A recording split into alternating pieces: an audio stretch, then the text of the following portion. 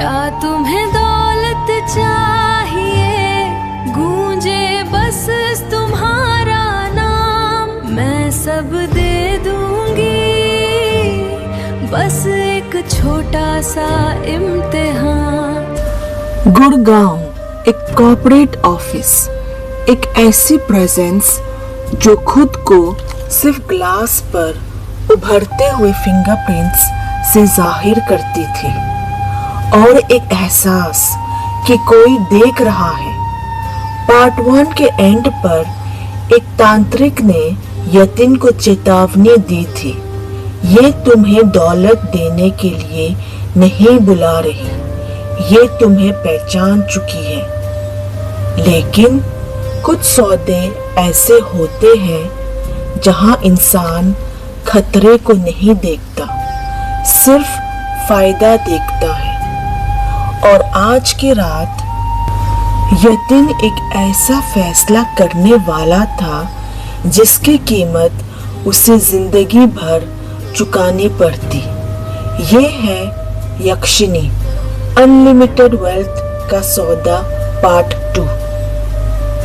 ये एक real horror experience है जो हमें हमारे सब्सक्राइबर ने भेजा था। आप स्क्रीन पर उनकी ईमेल देख सकते हैं, और अगर आपके साथ भी कभी कोई अजीब या पैरानॉर्मल घटना हुई हो तो हमें ज़रूर लिखिए। और अगर आप ऐसे ही रियल हॉरर स्टोरीज देखना पसंद करते हैं तो चैनल को सब्सक्राइब कर लीजिए, ये बिल्कुल फ्री है। और सच कहूँ, यही एक तरीका है जिससे YouTube आप तक मेरी अगली हॉरर स्टोरी पहुंचाएगा। अगर आपने अभी तक सब्सक्राइब नहीं किया तो कर लीजिए, क्या पता हम दोबारा मिले या ना मिले। वो तुम्हारे ऑफिस में पहले ही बुलाई जा चुकी है। क्या मतलब? तांत्रिक की आंखें सिकुड़ गई। किसी ने तुम्हारी ऑफिस बिल्डिंग में रात के समय उसी फ्लोर पर कुछ क्रियाएं की थी। बहुत साल पहले नहीं, ज्यादा पुरानी बात भी नहीं लगती। उस व्यक्ति का मकसद धन और सफलता था। यतिन और रोहन को अचानक रूफटॉप का दरवाजा याद आ गया। तांत्रिक ने बात जारी रखी, लेकिन उसे कोई तुरंत परिणाम नहीं मिला। वो डर गया या निराश हो गया, इसीलिए उसने क्रिया को अधूरा छोड़ दिया। अधूरा? रोहन ने पूछा। हाँ, जो चीज़ पूरी होनी चाहिए थी वो अधूरी रह गई, इसीलिए वो शक्ति ना पूरी तरह बंधी ना पूरी तरह मुक्त हुई। तांत्रिक ने गहरी सांस ली, और अब वो वहीं फंसी हुई है। यतिन धीरे से बोला, तो वो हमें क्यों दिखी? तांत्रिक कुछ पल चुप रहा, फिर उसने एक ऐसा जवाब दिया जिसे दोनों का खून ठंडा हो गया, क्योंकि अब उसे किसी नए व्यक्ति की ज़रूरत है जो उस अधूरे काम को पूरा करे। यतिन ने बिना एक सेकंड सोचे तुरंत कहा, तांत्रिक जी, हमें कोई प्रोटेक्शन दे दीजिए, ताबीज़, कवच, कुछ भी। रोहन ने उसकी तरफ देखा। तू सीरियस है? यतिन ने उसकी बात अनसुनी कर दी। अगर वो वाकई धन और सफलता दे सकती है तो मैं कोशिश करना चाहता हूँ। रोहन को यकीन नहीं हो रहा था कि कल रात तक डरा हुआ यतिन आज इतनी जल्दी फैसला कर रहा था। तांत्रिक ने आंखें बंद कर ली। कुछ देर तक वो बिना हिले बैठा रहा, फिर धीरे से बोला, ये रास्ता आसान नहीं है, पर पॉसिबल है?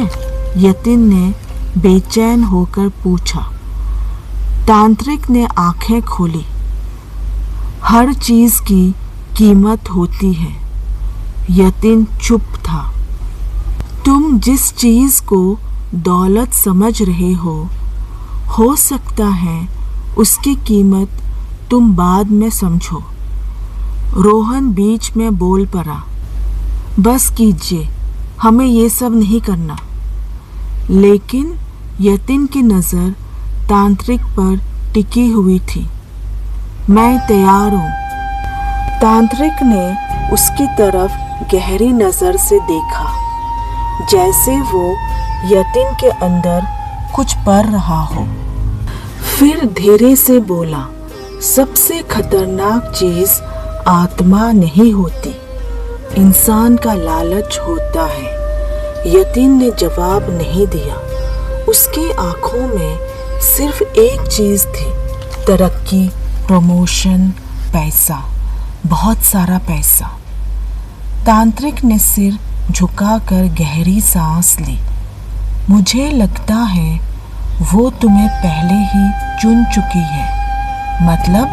रोहन ने पूछा। कल रात जो निशान तुमने देखे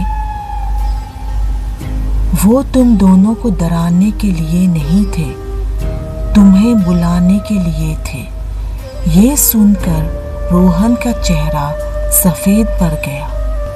लेकिन यतिन के चेहरे पर पहली बार एक हल्की सी मुस्कान उभर आई और उसी पल तांत्रिक को समझ आ गया, असली खतरा यक्षिनी नहीं थी।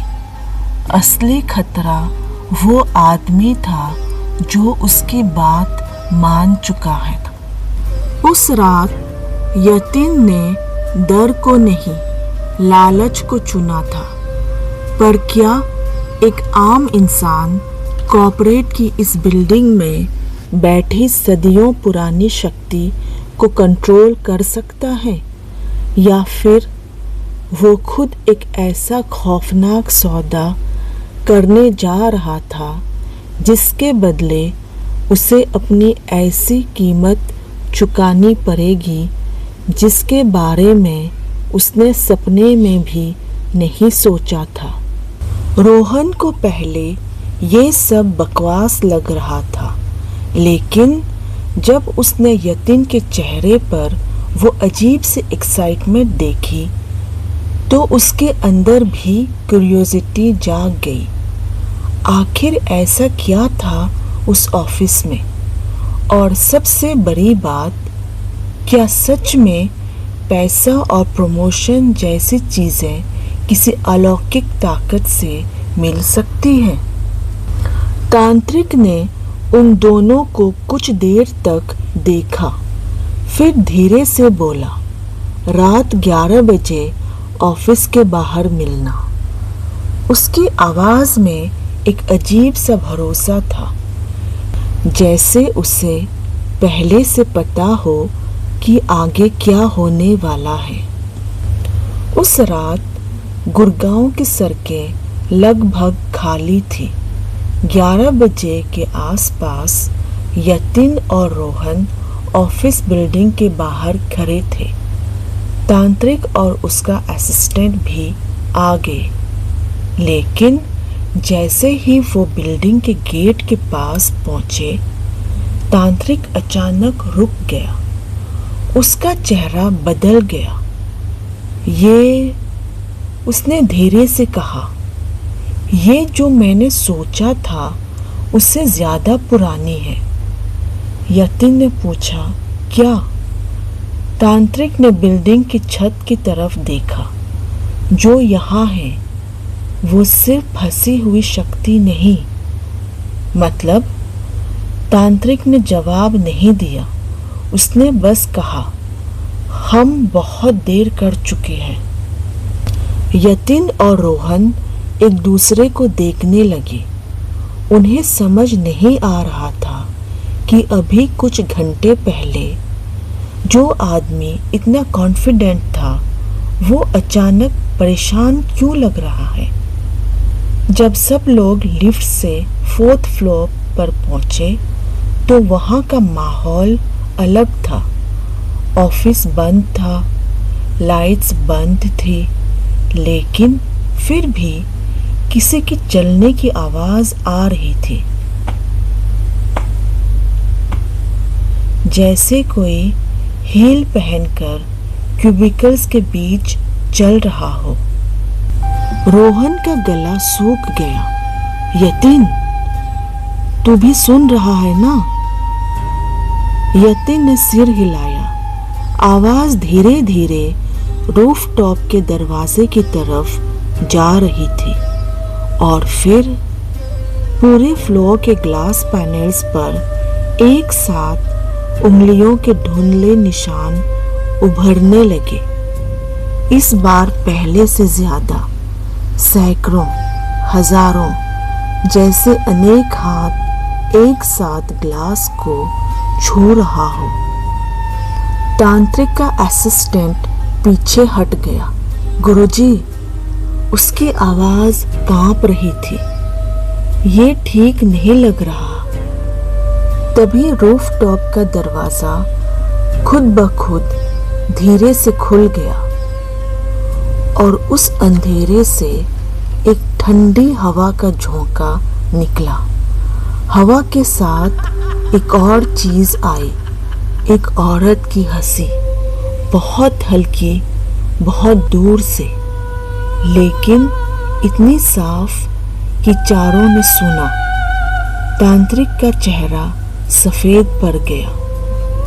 उसने तुरंत यतिन की तरफ देखा और कहा, हमसे बहुत बड़ी गलती हो गई। ये तुम्हें दौलत देने के लिए नहीं बुला रही, ये तुम्हें पहचान चुकी है। और उस हंसी के साथ ही सब कुछ इतनी तेजी से हुआ कि किसी को संभालने का मौका ही नहीं मिला। यतिन ने महसूस किया जैसे किसी ठंडी और अदृश्य ताकत ने उसका कंधा पकड़ लिया हो। अगले ही पल वो जमीन पर घिसकते हुए रूफटॉप के दरवाजे की तरफ जाने लगा। यतिन, रोहन चीखा और उसकी तरफ दौड़ा। यतिन! लेकिन जैसे ही वो दरवाजे तक पहुंचा, रूफ का दरवाजा जोर से बंद हो गया। रोहन और तांत्रिक ने उसे खोलने की बहुत कोशिश की, कोई फायदा नहीं हुआ। ऐसा लग रहा था जैसे दरवाजे के दूसरी तरफ कोई बहुत बड़ी ताकत उसे पकड़कर खड़ी हो। अंदर से यतिन की चीखने की आवाज आ रही थी। फिर सब कुछ खामोश हो गया। रोहन का दिल जोर जोर से धड़क रहा था। गुरुजी, कुछ कीजिए। तांत्रिक ने आंखें बंद कर ली। उसने अपने तरीके से सुरक्षा के लिए प्रार्थना और उच्चारण शुरू किए। पूरे फ्लोर का माहौल बदल गया। ग्लास क्यूबिकल्स पर बने उंगलियों के निशान हिलने लगे, जैसे कोई बेचैन हो रहा हो। तभी रूफटॉप से एक ऐसी चीख सुनाई दी जो इंसानी नहीं लग रही थी।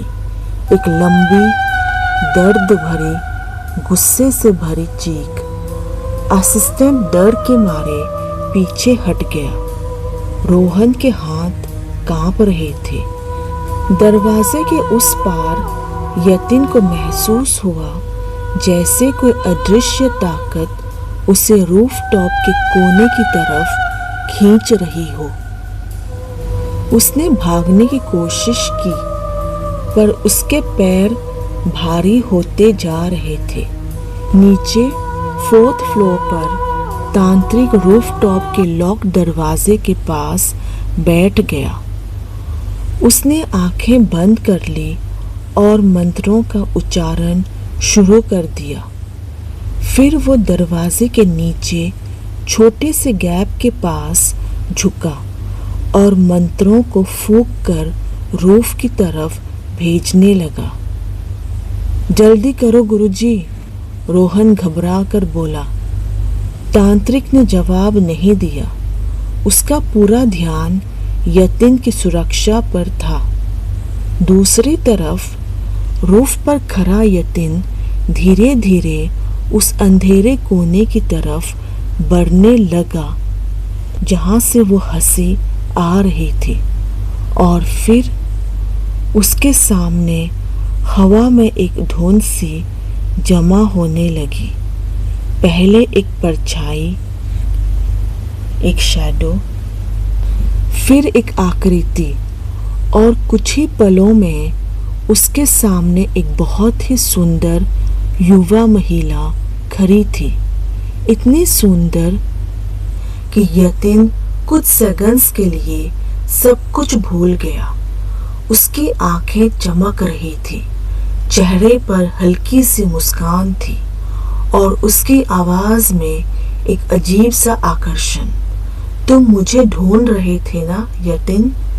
यतिन का दिल जोर से धड़कने लगा। तुम कौन हो? वो मुस्कुराई। तुम मुझे किसी भी नाम से बुला सकते हो।